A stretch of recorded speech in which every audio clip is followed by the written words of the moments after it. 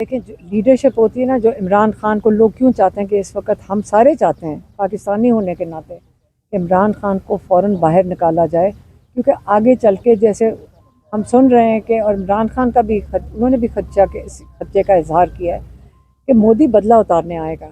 اس وقت یہاں ہماری تو یہاں پہ نہ پریزیڈنٹ نہ پرائم منسٹر کو جواب ہی نہیں دیتا اس کو. وہ وہاں پہ ایسی جارحانہ اسپیچیں کر رہے ہیں. وہاں اتنا بڑا جو ایک ملک کا سربراہ ہوتا ہے، آگے سے وہ بولتا ہے، یہاں سے جواب بھی کوئی نہیں آتا، جواب بھی کوئی نہیں دے رہا. تو ہمارے لیے کون بولے گا؟ دیکھیں ہماری فوج کا کام ہے جنگ، بارڈرز کا خیال رکھنا. ان کا یہ کام نہیں ہوتا کہ آ کے پولیٹیکل ڈسکورس بھی کرنا. تو اب یہ ہمارے پاس تو کوئی ہے ہی نہیں، یہ بول ہی نہیں رہے. میں یہی تو کہہ رہی ہوں تب سے. میں نے عمران خان کو بھی ہم نے ان کو بتایا، ہم نے کہا یا تو بول ہی کوئی نہیں رہا، آگے سے جواب ہی کوئی نہیں دیتا. تو اب ہم پاکستانی ہیں اور ہمیں فکر ہے کہ ہمارے اتنی جارحانہ وہ اسپیچیں دیتا، ہم کوئی جواب ہی نہیں دیتے. لیکن وہ کیسز نہیں لگا رہے، جو کورٹس ہیں یہ کیسز نہیں لگا رہے. اچھا آخری سوال جنید جی گفتگو سنی. چکری روڈ سنگرال قریب آ چکا ہے. علیمہ خان صاحبہ سامنے والی گاڑی میں موجود ہے. عمران خان سے ملاقات ہو چکی ہے. یہ 3 مہینے کے بعد پاکستان تحریک انصاف کے کارکنان رہنماؤں کے لیے سب سے بڑی خبر ہوگی کہ علیمہ خان صاحب کی عمران خان سے ملاقات ہو چکی ہے. وہ دروازے جو بند کر دیے گئے تھے، وہ پولیس عمران خان کی بہنوں کو دھکے دے کر نکالتی تھی، آج وہی پولیس جیسے عمران خان سے ملاقات ہوئی اس کے بعد عمران خان کی بہنوں کو جس انداز سے پروٹوکول کے ذریعے گیٹ نمبر 5 سے نکالا گیا، پولیس ان کو سیلیوٹ پیش کر رہی تھی.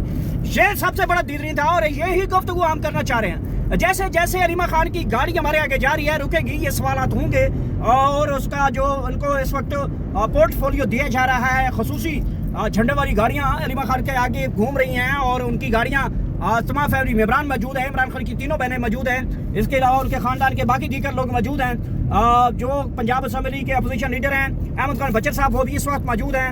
ہمارے ساتھ سینئر تجزیہ کار اور سینئر صحافی شوکت مغل صاحب بھی موجود ہیں. شوکت مغل صاحب، یہی دھکے دیکھے ہم نے گرمیوں میں علیمہ خان کو گھسیٹتے ہوتے دیکھا، گاڑیوں میں دیکھا، ہر جگہ پہ دیکھا، اور آج وہی پولیس جس طرح انداز سے ان کو پروٹوکول دے کر نکال رہی تھی، یہ سب کچھ اچانک کیسے ہو گیا؟ دیکھیں جی، پولیس تو بہت بے بس ہوتی ہے. پولیس تو آرڈر فالو کرتی ہے، جو آرڈر ان کو ملتا ہے اس آرڈر کو فالو کرتے ہیں. تو یہ اسی طرح وقت آتا ہے جی.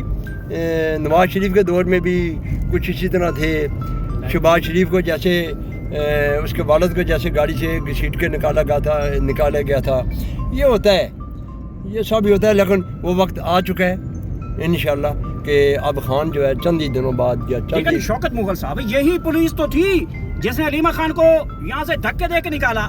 یہی پولیس تھی جس نے علیمہ خان کو گرفتار کیا. یہی پولیس تھی جو 10 بجے تک جو ہے وہ عمران خان صاحب کی بہنوں کو باہر بٹھایا رکھتی تھی. یہی پولیس تھی جو عمران خان صاحب کو جو ہے وہ ملاقاتیں بند کر دی تھی. یہی پولیس تھی جو علیمہ خان صاحب کو کئی مرتبہ گرفتار کیا. یہی پولیس تھی جس نے دھکے دیے. یہی پولیس تھی جس نے آج ہم نے دیکھا علیمہ خان صاحب کی ملاقات کروائی گئی، اور اس کے بعد پورٹ فولیو کے ساتھ، بڑی تمیز کے ساتھ اور بہت سیلیوٹ کے ساتھ آپ سمجھیں کہ علیمہ خان کی ملاقات ہونے کے بعد باہر آئے. سر یہ تو آپ کو پتہ ہی ہے کہ وہ پولیس تو دیکھیں وہ تو فالو کرتی ہے. پولیس کو پتہ ہے، ان کو پتہ چل گیا ہے کہ اب یہ معاملات جو ہیں دوسری طرف جا رہے ہیں. وہ اپنا جو ہے دونوں طرف، پولیس دونوں طرف سے کھیلتی ہے. تو یہ جو چیزیں ہیں یہ آ چکی ہیں انشاءاللہ. اس ملک میں آسانی، اللہ پاک نے اس ملک کو جنگ سے سرخرو کیا.